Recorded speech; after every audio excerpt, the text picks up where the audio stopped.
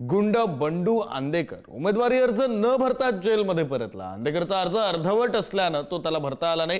गुंड आंदेकरच्या बहिणींनीही अर्ज भरलेला नाही। दरम्यान उमेदवारी अर्ज भरायला जाताना कोर्टाने आंदेकरला घोषणाबाजी करण्यास मनाई केली होती। मात्र उमेदवारी अर्ज भरायला येताना बंडू आंदेकरनं घोषणाबाजी केली। मी उमेदवार आहे, उमेदवार दरोडेखोर नाही, अशी घोषणाबाजी त्याने केली।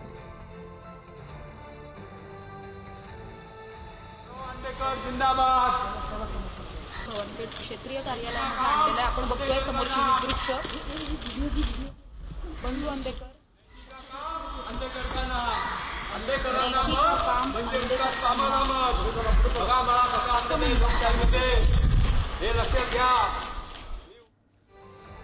आंदेकर गँगचा इतिहास काय? पुण्यामध्ये 1980 मध्ये आंदेकर टोळीचा उदय झाला। बाळू आंदेकर हा टोळीचा प्रमुख। 1984 मध्ये बाळू आंदेकरच्या हत्येनंतर त्याचा भाऊ बंडू आंदेकरकडे टोळीची सूत्र हाती आली। 1997च्या पुणे महापालिका निवडणुकीमध्ये आंदेकर कुटुंबातील 4 सदस्य नगरसेवक झाले।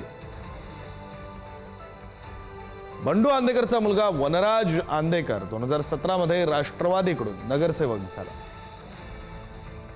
1 सप्टेंबर 2024 ला नाना पेठेमध्ये वनराज आंदेकरची त्याच्याच बहिणींशी झालेल्या वादातून निर्घृण हत्या करण्यात आली।